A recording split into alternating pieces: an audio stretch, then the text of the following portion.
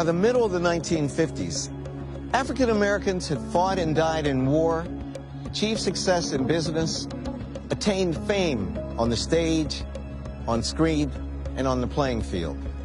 But in the South, they couldn't sit in the front of a bus or eat a hamburger at a lunch counter. Nearly a century after emancipation, many found these contradictions intolerable. Out of this was born a new determination and resolve to stand up and fight. At first, these defiant acts were tiny ripples of hope, as Robert Kennedy once described them. But soon they would converge to form a mighty current of change in a mass movement that would forever alter America. I have a dream this afternoon that one day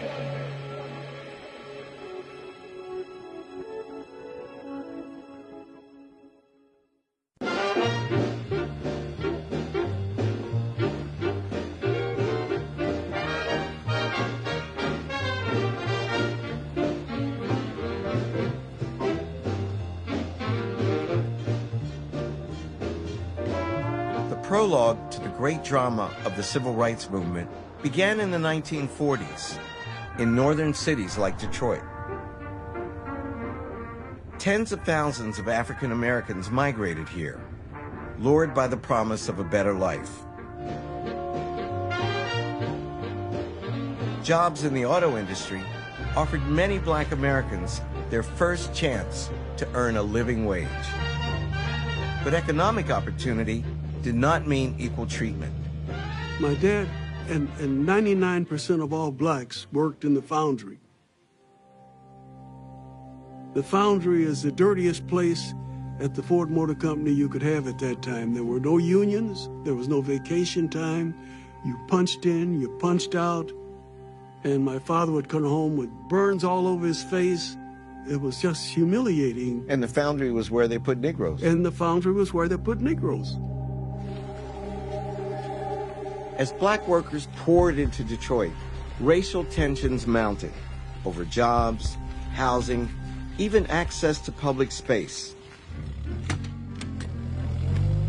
And then, we interrupt this program to bring you a special news bulletin. The Japanese have attacked Pearl Harbor, Hawaii by air. Pearl Harbor turned Detroit and the rest of America upside down. Not just another relatively simple automobile. Almost overnight, the automobile industry stopped manufacturing cars and started making bombers. Each had to be perfect. And another giant missile shows its power. Facing labor shortages and pressure from Black leaders, FDR integrated defense industry assembly lines. And with that, simmering racial tensions in Detroit exploded. Detroit was basically the segregated city. Not only was it segregated, it was full of hatred. You could see the animosity between blacks and whites.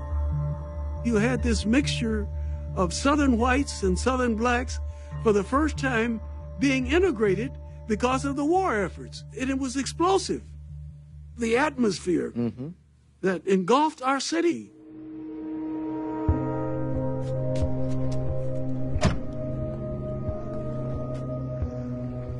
During the war, Detroit came to be known as the arsenal of democracy, but it also was an arsenal of racial conflict. A race war erupted here in 1943, and some of the worst violence occurred on this bridge.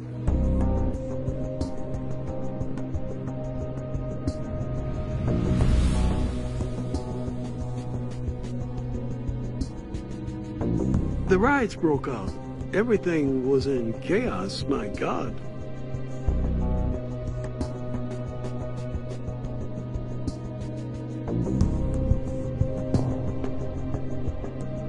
The whites came into the neighborhood and just started fighting and beating us up. They came into your neighborhood? Yes, oh sure.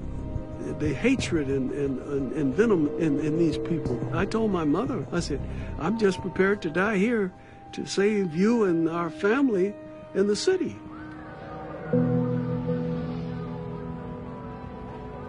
By the time the two-day riot ended, 24 African Americans were dead.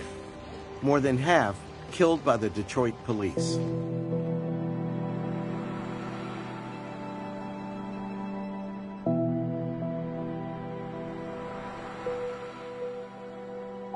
But unlike earlier riots, this time, when the smoke cleared, African Americans refused to return to the status quo. They girded themselves for a new kind of battle.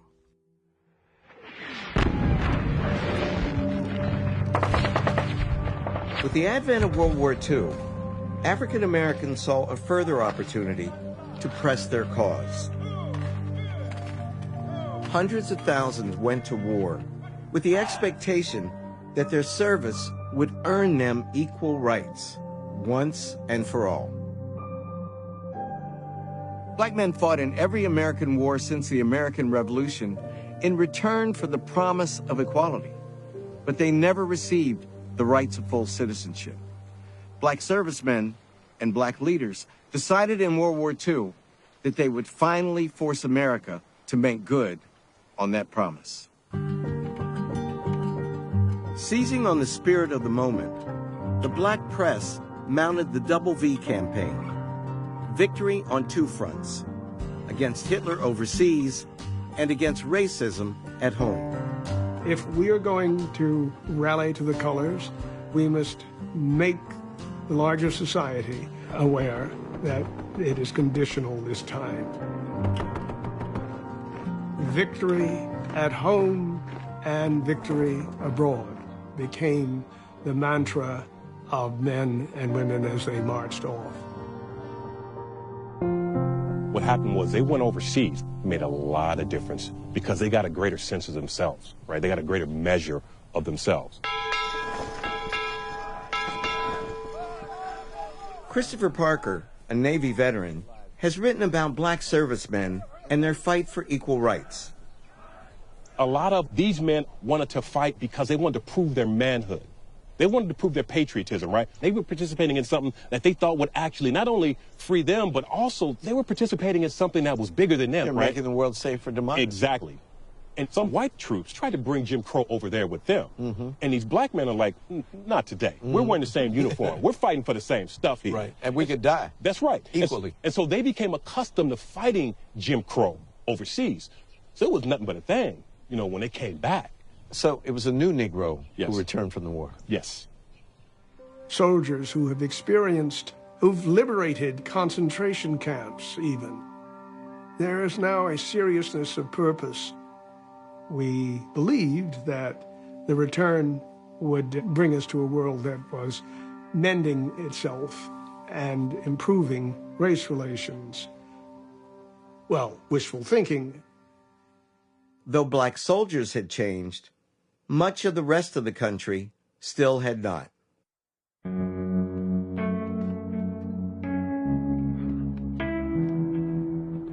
Black veterans were unprepared for the discrimination, even violence, they faced upon returning home.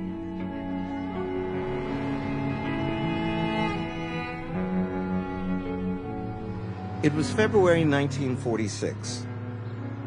Army Sergeant Isaac Woodard, just back from a tour of duty in the Pacific, boarded a bus in Augusta, Georgia. At a routine stop, Sergeant Woodard, in full uniform, asked if he could use the restroom.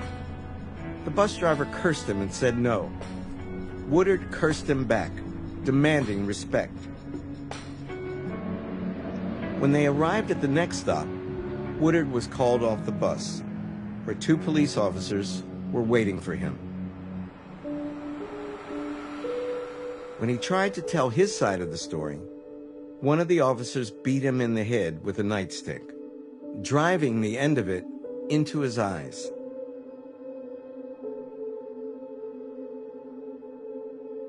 At 27, Sergeant Woodard would be blinded for the rest of his life. African Americans mourned the Woodard incident within their own communities. But now, after the war, many white Americans shared their shock and horror. What does it cost to be a Negro? In Aiken, South Carolina, it cost a man his eyes. Film director Orson Welles, who hosted a weekly political radio broadcast, devoted an entire show to the Woodard incident, expressing his disgust for the two policemen. Officer X, all America is ashamed of you. If there's room for pity, you can have it, for you're far more blind than he. But even when they weren't overtly political, radio broadcasts were beginning to shake up the status quo, especially in the South, where you could segregate virtually everything but the airwaves. Top of the morning to you, my friends. WTIA, 50,000 watts of goodwill, invites you to join us. In 1949, white-owned Memphis radio station WDIA became an accidental agent of social change. Starved for listeners, it was forced to broaden its audience. They were losing money, no sponsors, they couldn't get anybody. So they brought in this programming that was directed toward the African. There's 40% African Americans in Memphis in 1948. With little left to lose, WDIA took a gamble. They switched to all-black programming. The next year, within a year, they're number 2. All right. 1:34, 26 before 2 o'clock at AM 1070, your WDIA. They also introduced black DJs, including Ford Nelson, who'd once been a part of B.B. King's band. I've been looking forward to this all the week. 6 decades later, he's still on the air. Professor Henry Louis Skip Gates. Say something to my audience. You are a pioneer, and that's why I'm here. 62 years on the radio. That's all right. And I love the history of WDIA. Mother Station of the Negroes, as it was called back in the day. That's all right. To our audience and to our community, we were a big deal.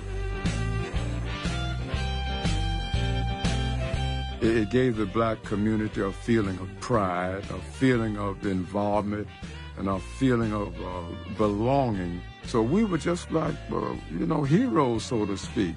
And I haven't forgotten our new believers about this time on Sundays. I like to remember. But WDIA's contribution went beyond community service. Before long, white kids began tuning in as well, giving the station an interracial audience in the Jim Crow South. So, in spite of the fact that Memphis is strictly segregated, white people are listening to black music being played and narrated by black DJs. Sure. What I think is really fascinating is how these kids who are coming of age in the late 1940s and early 1950s, they're getting exposure to a message that is very much that we are all the same. So, subconsciously, this is breaking down racial barriers. I think it is. And now, folks, here we are, smack dab at the end of another day of broadcasting. Across the country, black culture was becoming popular culture, loosening assumptions and quietly opening doors.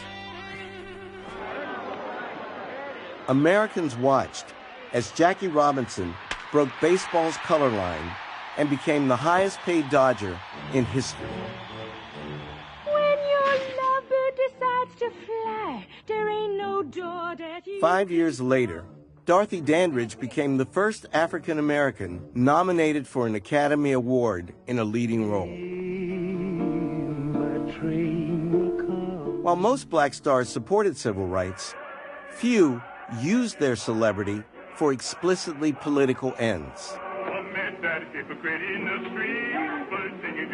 Actor and singer Paul Robeson did. Free political expression is the very essence of the defense of our civil liberties, and by that I shall always stand. Robeson spoke to audiences around the world, condemning the United States government for promoting democracy abroad while neglecting the rights of its African-American citizens at home. In attacking me, they suggested that when I was abroad, I spoke out against injustices to the Negro people in the United States. I certainly did. Paul Robeson sought to plead the cause of the Negro right here at the United Nations. In 1951, he presented a petition entitled "We Charge Genocide, the Crime of Government Against the Negro People." He chose the UN because it would have provided a worldwide voice. Robeson was pointing to the fact that in this country, blacks were still living in desperate circumstances, and that the federal government, let alone the state governments, were doing almost nothing about it. He insisted that economic deprivations were just as destructive of human life as were the overt policies of a state regime like Hitler and the Jews. Robeson thought that only a communist revolution could solve the problem of racial discrimination in America. Most other black leaders disagreed. At that point in time, the black leadership in this country still felt that they had to present themselves as good patriotic Americans. And there was no room for Robeson in that scenario. For more than a decade, the NAACP had been mounting a painstaking legal effort to dismantle Jim Crow. Robeson, to them, was a dangerous gadfly. How important do you think Robeson was to the creation of the modern civil rights movement? Once the modern civil rights movement got going, he was not regarded as one of the great precursors, which in fact he was. He was always on the cutting edge of racial justice. Robeson introduced the tactic that, when the time was right, others would repeat. His public shaming of the United States before the world would prove to be a key strategy used by others in the mass movement to come. A movement that would ultimately sweep the nation, but that began in the American South.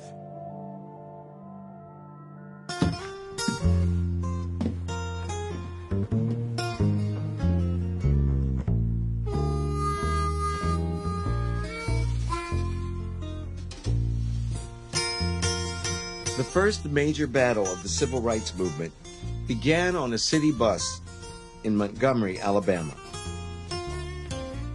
On this bus, on December 1st, 1955, Rosa Parks refused to give up her seat to a white man. The battle over this very seat launched the revolution, and Rosa Parks became its icon. Civil rights leaders had long been looking for the ideal candidate to challenge segregation on public buses.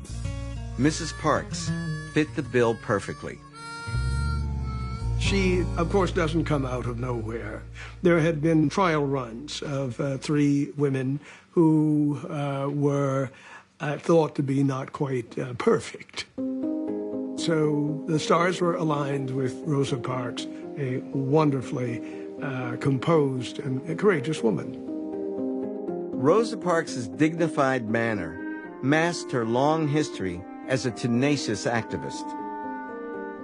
She had gone to the Highlander Folk School in Tennessee, the cockpit for much labor organizing and civil rights planning. And so she had, in a sense, already had a dress rehearsal experience. I heard somebody say it once that when Rosa Parks sat down, black people stood up. That's right.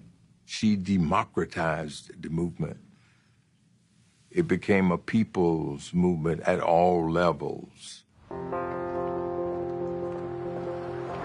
Inspired by Parks's example, Montgomery's black community opted to walk to their jobs instead of riding the city's buses. There are many great lines in the civil rights movement, but there is none better than the black maid who, in the second week, said, "My feet are tired, but my soul is rested." That was a statement of inspiration, and it was a statement saying, let's get on with it. 90% at least of the regular Negro bus passengers are staying off the buses, and we plan to continue until something is done. The boycott effort came to be led by an unknown young minister from Atlanta. 26-year-old Martin Luther King Jr. became a household name when, after a year of protest, Montgomery finally ended segregation on its city buses. Do you believe the majority of the Negro people of Montgomery will now go back to riding the buses? Yes, I do. We must go back with a deep sense of love and dedication to the principle of nonviolence. King's philosophy of nonviolent civil disobedience was inspired by the principles and practices of India's Mahatma Gandhi. The tactic was intended to agitate segregationists, provoking a reaction that would elicit widespread sympathy from the public. The way you bring to your side forces, governmental, religious, international, is by allowing yourself to be so maltreated visibly that your assailant loses credibility. The clash between peaceful protest and violent resistance would produce images that caused the country to sit up and take notice. In New Orleans, on the morning of November 14th, 1960, federal marshals escorted a 6-year-old girl named Ruby Bridges to the local all-white elementary school. I remember turning onto the street. I saw barricades and police officers and just people everywhere. When I saw all of that, I immediately thought that it was Mardi Gras. I had no idea that they were here to keep me out of the school. Ruby, were you scared? I would have been terrified. I wasn't, actually, because, it's very hard for parents, I think, to explain to a 6-year-old what was actually happening. They did say it's a white school, you're making history. I remember them saying, Ruby, you're going to go to a new school today, and you better behave. But Ruby was making history. 6 years earlier, after decades of struggle, the NAACP had won a major legal victory, Brown versus Board of Education, in which the Supreme Court declared that the doctrine of separate but equal schools was unconstitutional.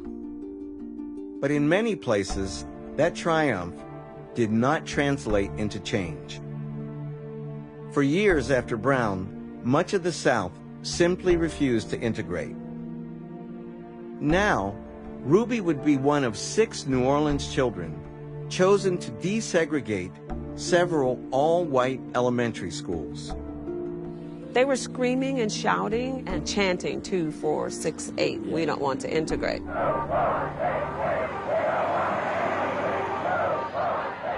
mothers of downtown New Orleans screaming at a Negro child as she entered the William Franz Elementary School, first in the city to be integrated.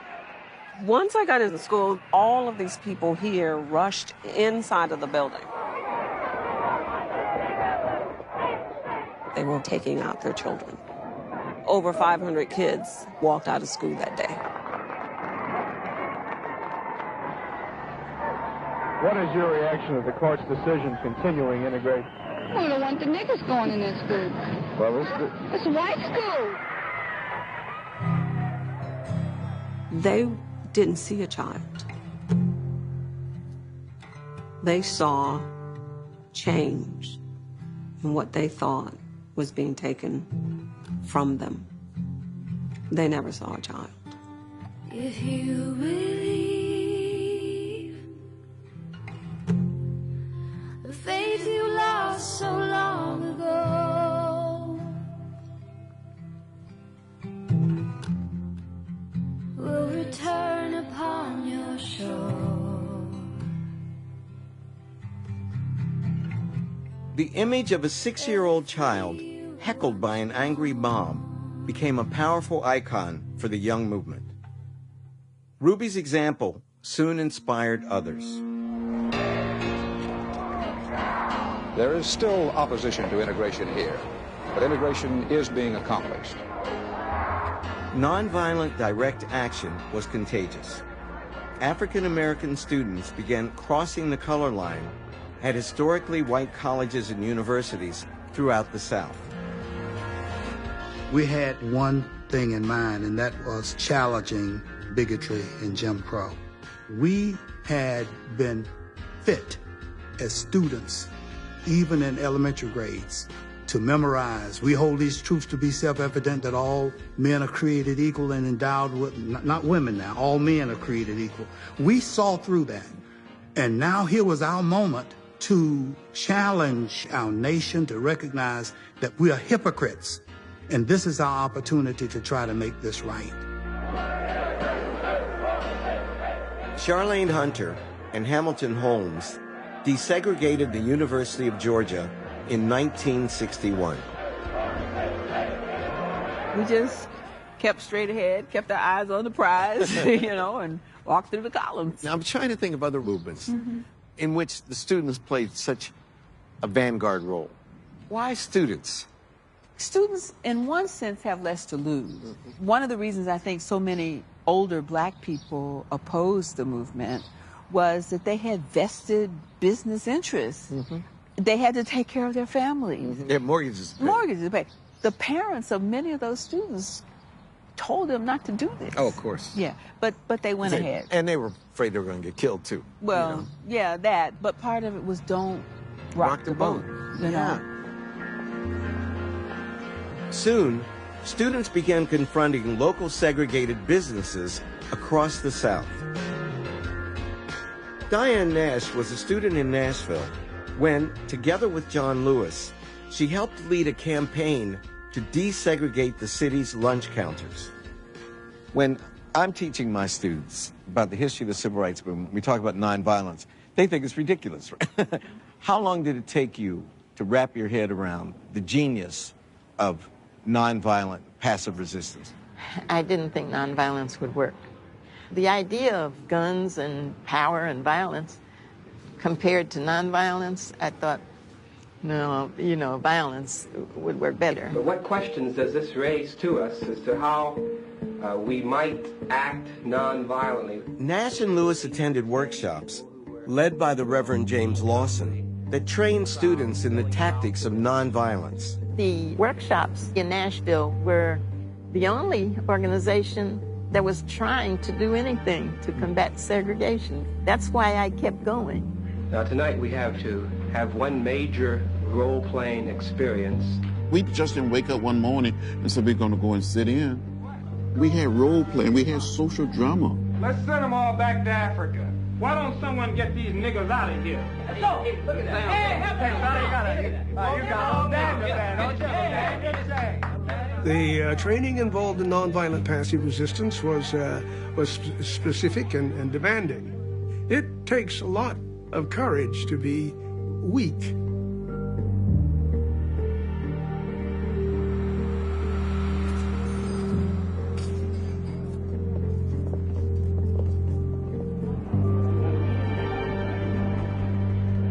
We had the very first sit-in here in Nashville. I asked the waitress for a hamburger and a Coke. I said, I'm sorry, our management does not allow us to serve niggers in here. And in spite of all of this, I had to keep loving the people who denied me service.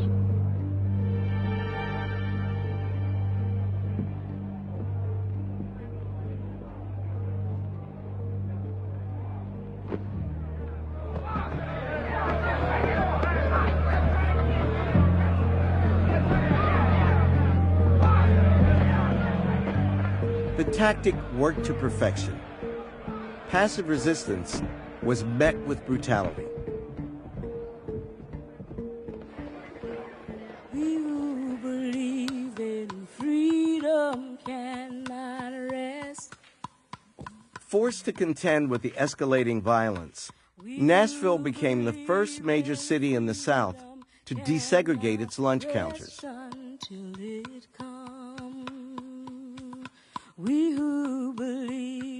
When you get confronted, particularly in the way that we were confronted, it caused us to reach down inside of ourselves and find something that we didn't know was there. And guess what it was? it was courage. To me, young people come first. By the end of April in 1960, over 50,000 students had staged sit-ins throughout the South. They were becoming the vanguard of the civil rights struggle. But they had little support or encouragement from the movement's leadership, accustomed to employing less aggressive tactics. Activism was not the style of the civil rights movement. Some of our elders thought it was a bit much to be putting yourself up for jail and violence. They certainly refused to see young people as a part of their struggle. A little-known 56-year-old civil rights veteran named Ella Baker would change that. Ella Baker, granddaughter of slaves, had been a grassroots organizer all over the South for 2 decades, a quiet but radical force. She would say, like the turtle, you have to put your tail on the line. And students could understand that. And we did put our tails on the line.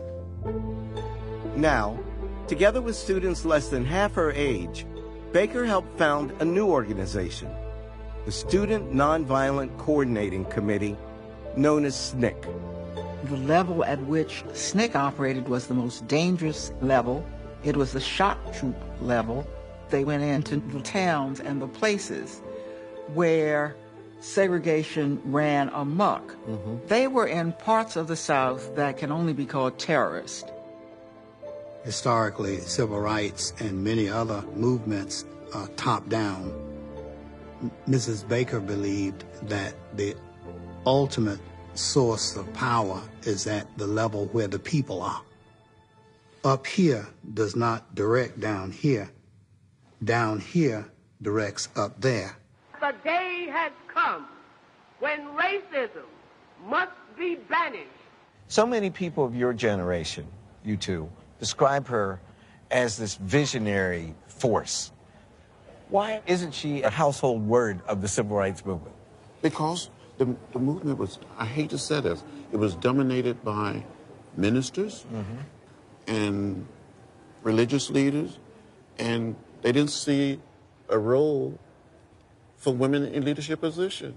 Until the killing of black men, black mothers' sons, becomes as important to the rest of the country as the killing of a white mother's son. That was Ella Baker. We who believe in freedom cannot rest until this happens. She took the long sweep of her life and her experiences and poured it into young folks. Ella Baker and SNCC helped the civil rights movement broaden and gain momentum. Up to this point, the movement had been focused on the South. It had not found its voice in the North. Here in Detroit, that began to change in 1963. By then, black people in Detroit had lost many of the gains they had made during and after World War II. Most were underemployed and undereducated. But Detroit was also the home of what would become the most successful black-owned business in the country. On this street, a man named Berry Gordy founded a small record label and transformed it into a factory of black creative genius. He called it Motown. Like many black businessmen in the early 1960s, Berry Gordy was a bit concerned about how the militancy of the civil rights movement might affect his bottom line. But all that changed the day that the Reverend Dr. Martin Luther King Jr. came to town. Dr. King came to Detroit in June 1963, hoping to spread his gospel of nonviolence to a northern audience. Segregation is a cancer in the body politic which must be removed before our democratic health can be realized. Always one to spot a trend, Berry Gordy stepped in to sell the speech. You know what that speech was? It was the prototype of I Have a Dream. I have a dream this afternoon that one day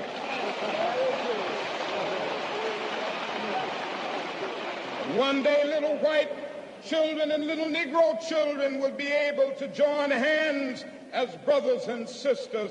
I have a dream this afternoon. In Detroit's cavernous Cobo Hall, Dr. King spoke before 25,000 eager listeners. Simply because people want to be free. The recording of the speech made it onto the Billboard charts. We've come to see the power of nonviolence. We've come to see that this method is not a weak method. But that same year, a different voice came to Detroit as well. Revolution is bloody. Revolution is hostile. Revolution knows no compromise. And a different kind of speech was recorded. Revolution overturns and destroys everything that gets in its way. Malcolm X spent much of his youth in northern cities and became radicalized by his experiences in prison. While there, he converted to the Nation of Islam and embraced the concept of armed self-defense. There's no such thing as a nonviolent revolution.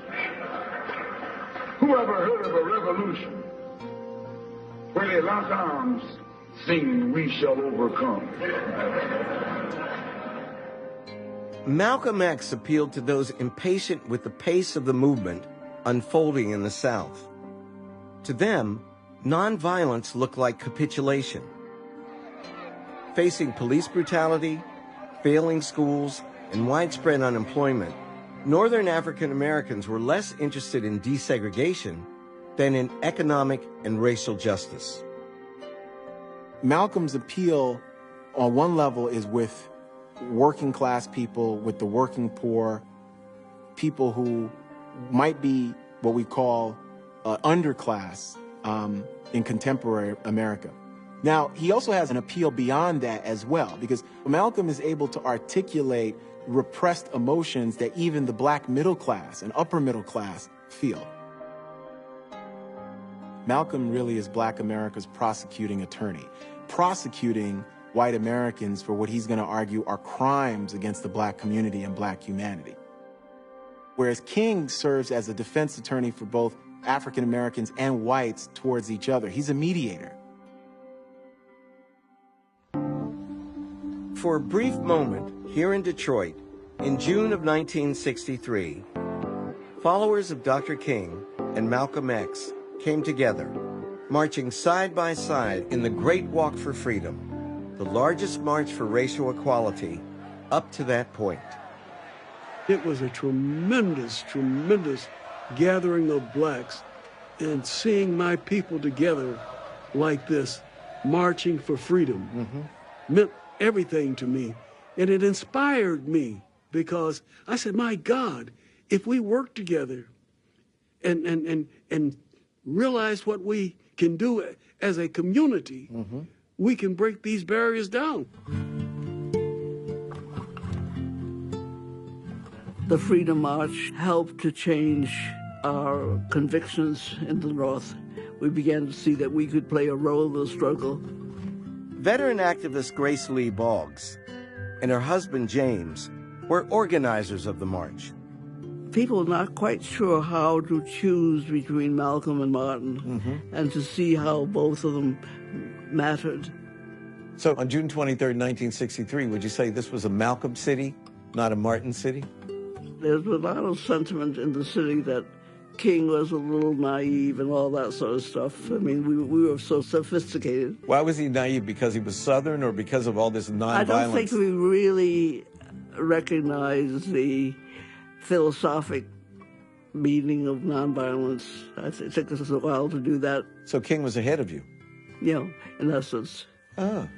But I think by 63 in Detroit, we were much more infatuated with Malcolm, and we were thinking we had to redefine ourselves, that we had to become more self-reliant, more self-determining, that we had to create a new dream.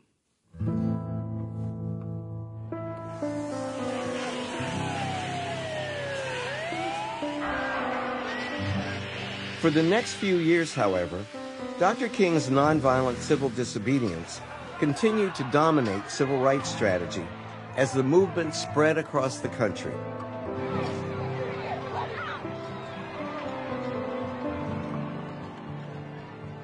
I am about to sign into law the Civil Rights Act of 1964. The more civil rights protesters suffered violence and even death, the clearer the justice of their cause became, and the harder it became to ignore.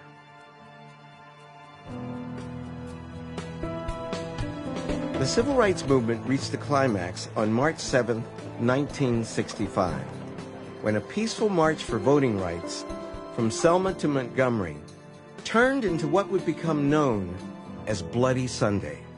We're marching today to dramatize to the nation, dramatize to the world, that hundreds and thousands of Negro citizens denied the right to vote. I remember so well on that particular day. We came to the highest point on the bridge. Down below we saw a sea of blue, Alabama State Troopers. And a man identified himself and said, "I'm Major John Cloud of the Alabama State Troopers. This is an unlawful march, will not be allowed to continue." This is Major Cloud talking, marching this way. And you saw these guys putting on their gas masks. They came toward us, beating us with nightsticks.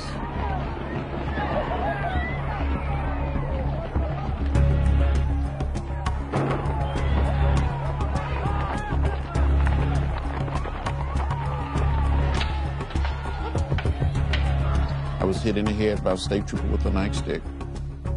I thought I was going to die. I thought I saw death. The brutality at Selma was broadcast on national television. Programs normally seen at this time will not be broadcast. 48 million people across the country watched as peaceful protesters were attacked by police with nightsticks and tear gas. John Lewis once said that without television news coverage, the civil rights movement would have been like a bird without wings or a choir without a song. Do you think that's fair? I think this fight for righteousness, for justice, really for the honor of the country, it would have been a long time for the movement to succeed. Television was the instrument that, to use John Lewis's metaphor,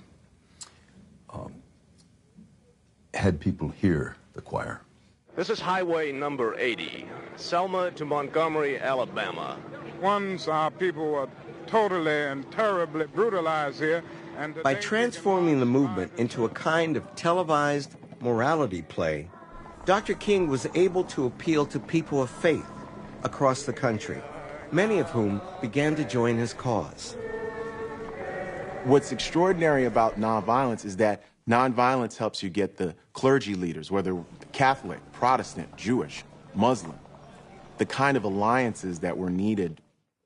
After Bloody Sunday, hundreds of clergy, including Rabbis Mark Tannenbaum and Abraham Joshua Heschel, came to Selma in a show of unity. The people, most of whose names barely known at the time and long since forgotten, who took part in the nonviolent protests, they made the civil rights movement.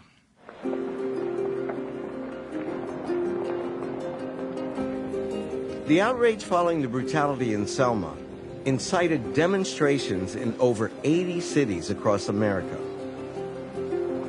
Once again, the treatment of its black citizens was becoming a liability to a nation trying to be the face of democracy around the world. The South was a national embarrassment. Congress and the White House were compelled to act. It's not just Negroes, but really it's all of us who must overcome the crippling legacy of bigotry and injustice. March 15th, 1965. President Lyndon Baines Johnson astonished the nation by invoking the phrase that had become the mantra of the movement.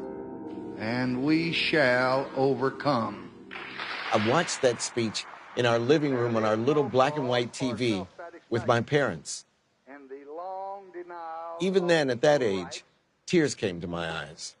A few months later, President Johnson would sign our nation's first Voting Rights Act. Just 10 years following the Montgomery bus boycott, a revolution had occurred. The passage of the Voting Rights Act was the high watermark of a decade of struggle for civil rights. But despite the legislative victory, Southern states still made it difficult, if not impossible, for black citizens to register and vote. In June 1966, James Meredith, a law student, staged a solo march across the South to draw attention to the issue of voter registration. It would be called the March Against Fear. Barely 2 days into his march, Meredith crossed the Mississippi state line and was shot and wounded by a sniper. In the days following the shooting, the movement's elders, led by Dr. King, came to finish what James Meredith had started. But this time, they were joined by SNCC and its youthful leader, Stokely Carmichael. You have two generations, the generation that Martin Luther King Jr. represents and the generation that Stokely Carmichael represents. And Dr. King's message was really wearing thin in this latter half of the 1960s, particularly because there's so much violence. As the violence grew, the willingness to be passive declined. Do you think you'll be able to keep it nonviolent, Dr. King? Yes, I think so. I don't have any doubt in my mind about that. Mr. Carmichael, are you as committed to the nonviolent approach as Dr. King is? No, I'm not. Why aren't you? Well, I just don't see it as a way of life. I never have. The Meredith March is where Stokely Carmichael becomes an icon. No one in this country is asking the white community in the South to be nonviolent. And that, in a sense, is giving them a free license to go ahead and shoot us at will. Carmichael and the militant activists, they're thinking that civil rights has not gone far enough. They want liberation and freedom now. I'm going to start out by asking you a question. What do you want? What do you want? When do you want it? How much of it do you want? Now, that tells me that you're going to march with us, and we are going to free Mississippi.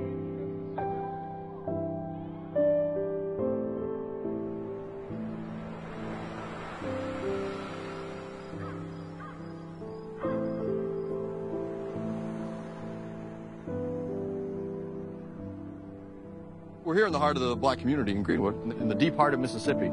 The tensions within the march are starting to manifest themselves. Twilight was coming. This park is filled with the Meredith marchers. Stokely Carmichael gets up to give a speech. We beg the federal government. That's all we've been doing, begging, begging. It's time we stand up and take over. Take over. He talks about black aspirations. He talks about how black is beautiful. And he talks about how black people need to control their own communities. Every courthouse in Mississippi ought to be burned down tomorrow to get... So that when he drops the slogan, if you will, when he starts to say, What do you want? What do we want? Black power. We want black power. We want black power. And starts, urging on the crowd, and next thing you know, he's got this massive response. What do you want? Hey, that's a turning point in African-American history, and certainly a turning point in the civil rights movement.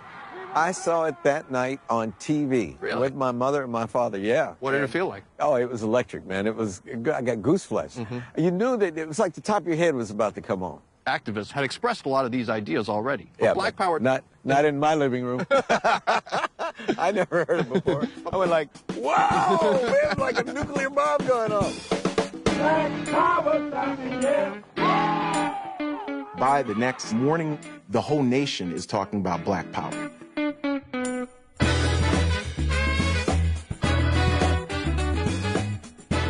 like the great last march of these great civil rights leaders.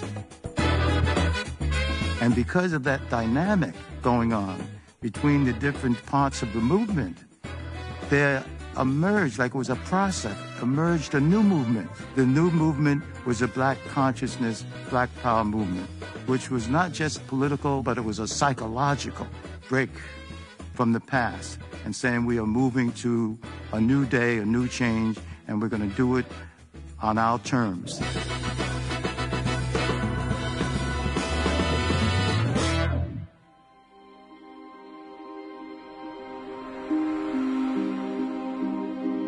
Like anybody, I would like to live a long life. Longevity has its place. But I'm not concerned about that now. Nonviolent protest seemed to have run its course. The final tragic blow came on April 4th, 1968.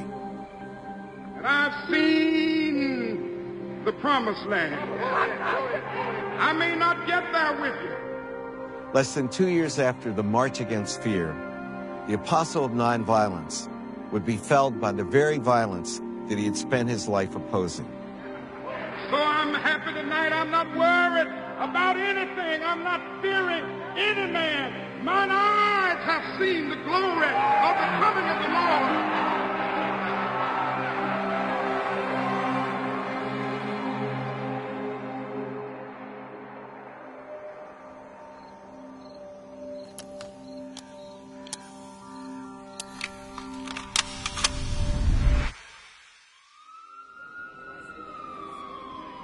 With Dr. King's voice stilled, black resistance would take a new form.